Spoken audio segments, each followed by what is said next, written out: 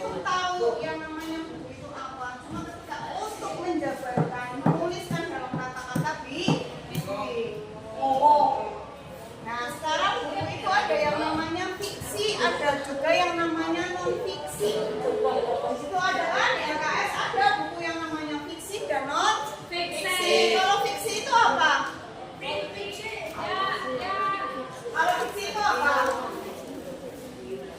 Fiksi apa?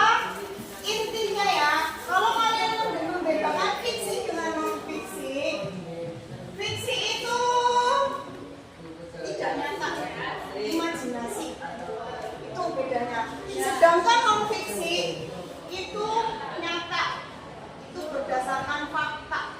Itu bedanya di situ.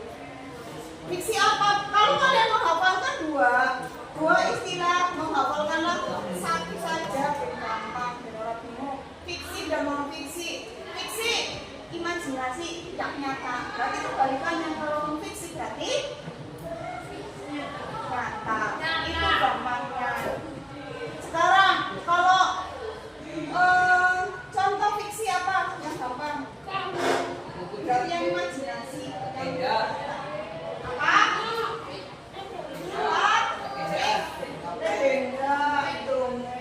Dongeng si kancil, dongengnya si buaya, dongengnya apalagi maling kundang, dongengnya Tangkuban Perahu, Jonggrang, banyak sekali.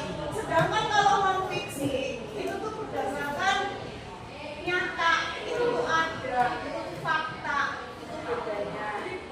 Kalau kalian sering dengar ini cerita hanya fiktif belaka diambil dari kisah mana, fiktif dan fiksi itu tuh hampir sama. Fiktif itu berarti ya tidak nyata, itu tuh hanya sebuah karangan, imajinasinya seorang pengarang.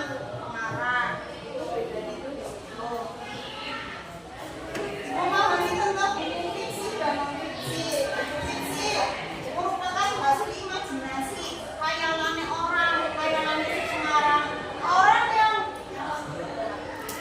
menulis, orang yang membuat puisi, orang yang membuat karangan, pengarang, disebut sastrawan.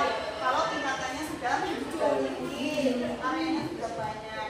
Di situ ada cerita fiksi, cirinya bersifat rekaan. Rekaan tahu nggak sih? Rekaan itu dibuat-buat, ya. Rekaan itu dibuat. Kebenaran dalam fiksi relatif tidak mutlak. Jadi itu dalam buku fiksi tidak mutlak itu tidak sepenuhnya benar dan tidak sepenuhnya salah. Contoh, kalian membuat novel, membaca novel. Novel ini berdasarkan kisah nyata. Ketika ada novel berdasarkan kisah nyata, itu juga bisa dianggap fiksi. Kenapa? Di dalam novel itu isinya tidak hanya kisah nyatanya semua, pasti ada kalimat-kalimat, ada istilah-istilah yang itu hanya khayalan atau imajinasinya penulis atau pengarang. Untuk apa? Agar novel itu tuh menarik bahasanya. Kalau kalian menulis, misalkan kalau kalian menulis sebuah karangan kecil, karangan apa, terus isinya benar-benar nyata, jumlahnya kalian nyata, itu tidak akan terlalu menarik dan itu nanti hasilnya beda. Itu bisa saja dokumenter itu berarti dunianya kalian yang nyata. Tapi kalau kalian menulis sebuah karangan tapi dikasih kata-kata yang indah, novel kan biasanya yang suka baca novel siapa? Ada novel, tahu nggak ada yang baca novel? Novel tahu nggak novel? Kalau novel tahu kan ya. Ketika membaca novel itu banyak bahasa-bahasa yang indah, banyak bahasa-bahasa yang bagus. Itu gunanya apa? Untuk menarik si pembaca, biar tertarik, alurnya bagus, ceritanya dibaca juga bahasanya enak. Itu salah satunya.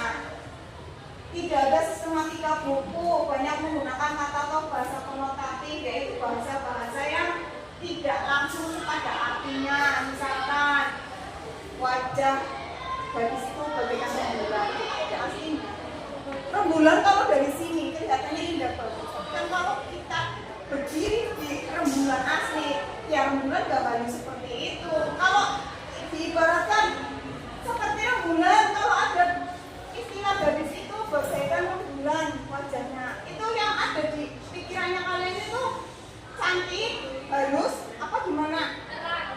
Terang, nah, pasti imajinasinya kan seperti itu. Nah, itu tuh bahasa untuk sebuah karangan hidup seperti itu.